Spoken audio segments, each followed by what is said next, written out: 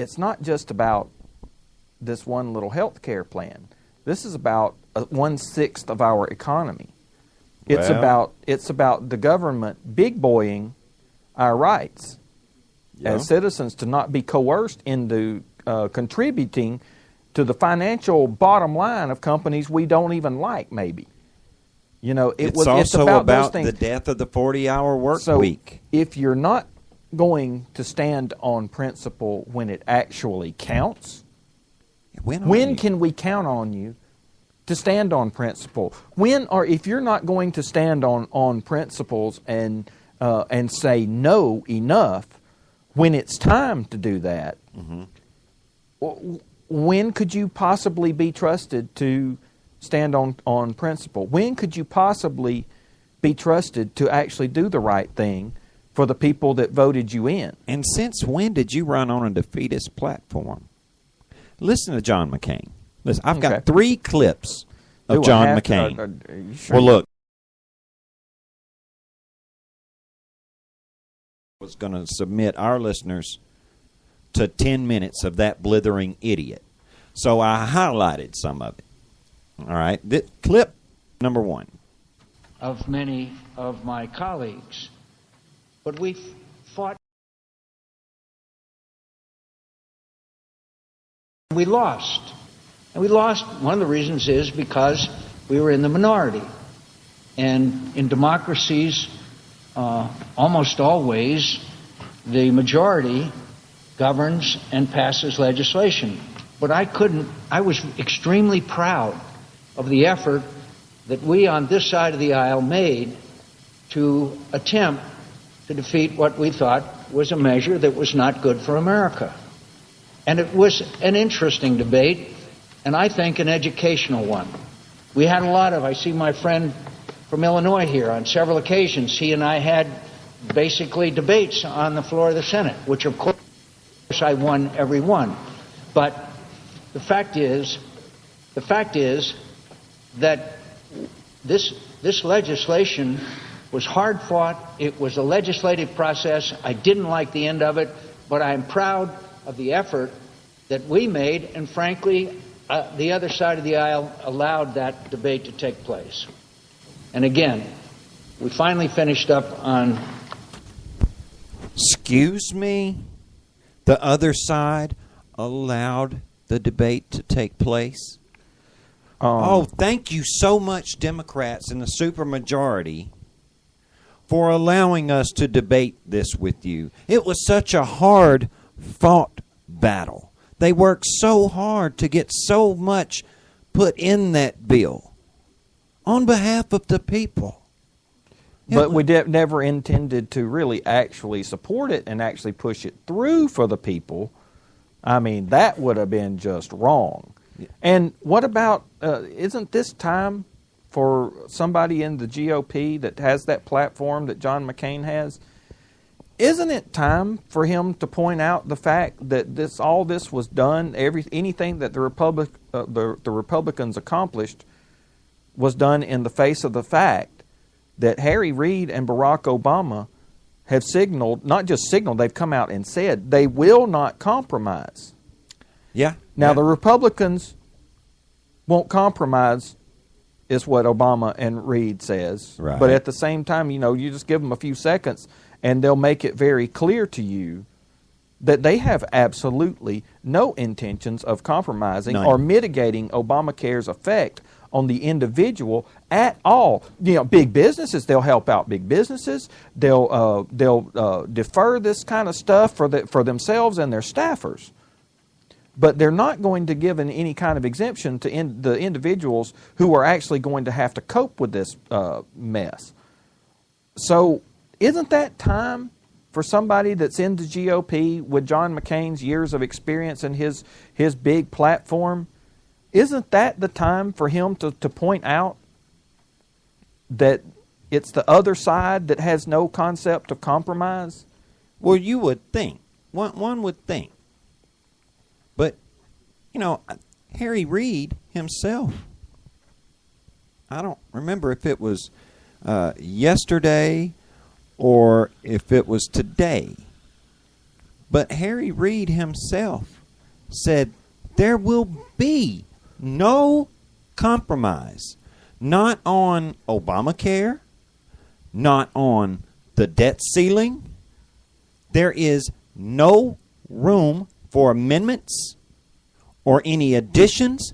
There will be no edits to any bill that the president has, gets the Democrats in the Senate to pass. None. The debt ceiling, no, we're not going to negotiate. No. Nancy Pelosi said, no, we're not going to negotiate. No, there can't be a negotiation. Cupboard's bare. We can't negotiate because the cupboard's bare. And by the way, the Republicans want to shut down the government. Mm-hmm. See, that's their message. What it is, the GOP wants to shut down the government. But the thing is, the GOP is not in a position to shut down the government. It is only the Democrats that have the power to do it. So the shorter version of all of that is Republicans suck. They want to shut down the government. And we're not even going to talk to them about it. Right. So there. And now you're getting it. And now, Marty, I hadn't caught any mainstream news today. People were sound clipping that and playing Harry Reid saying that over and over and over again, weren't they? Is Brian Williams down there right now saying that Harry Reid just said he wasn't going to compromise? No, they're not. And the Democrats are going to shut down the government? No. They're not playing Harry's speech. Hey, man, Chris Matthews tonight, he's going to get on there and maybe not. Somebody in the chat's trying to tell me to go ahead and just say it. God bless Texas. Because and he's right. God bless Texas, and God bless the state of Alabama and Utah as well, and Oklahoma, and Arkansas. There's a few that have been willing to stand with Ted Cruz. There's a few that are willing to stand with the American people. Ted Cruz's name right now is the one. He's taking most of the heat. Oh, but Peter King said that there's no name in the Republican Party more hated right now than Ted Cruz. Now, how about that? He was called an embarrassment to his party. And you know what? He is probably right inside the Beltway. Well, but that see, is sad to if say, you can't get out of Fox News' studios, and if you can't get out of Washington, D.C., Representative King or Senator King, whoever you are, then you are probably woefully unaware of how the American people feel about Ted Cruz right now. But right now, there's a whole lot of people who was wishing they could say they was Texans so they could stand up with Ted Cruz. Well, but it's like I was telling those folks today that I was speaking to. You don't got to be from Texas to give Ted Cruz an attaboy. That's right.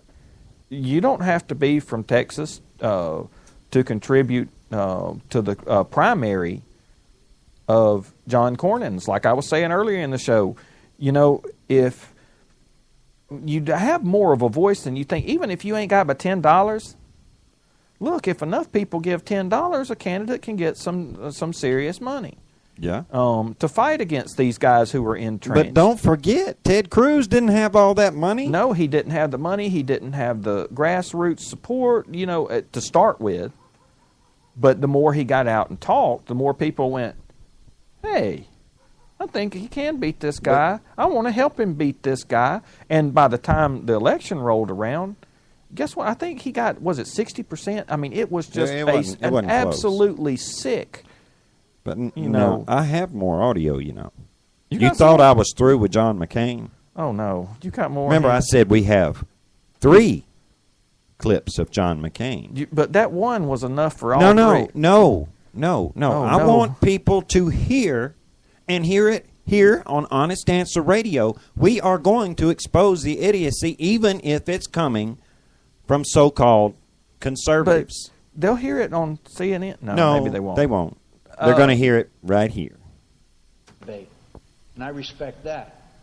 But I'd like to remind them that the record is very clear of one of the most hard-fought, fair, in my view, debates that has taken place on the floor of the Senate at the time I've been here.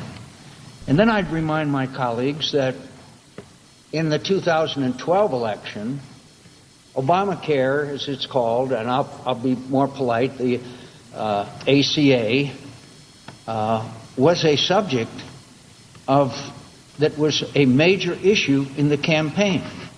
I campaigned all over America for 2 months, everywhere I could, and in every single campaign rally, I said, and we have to repeal and replace Obamacare.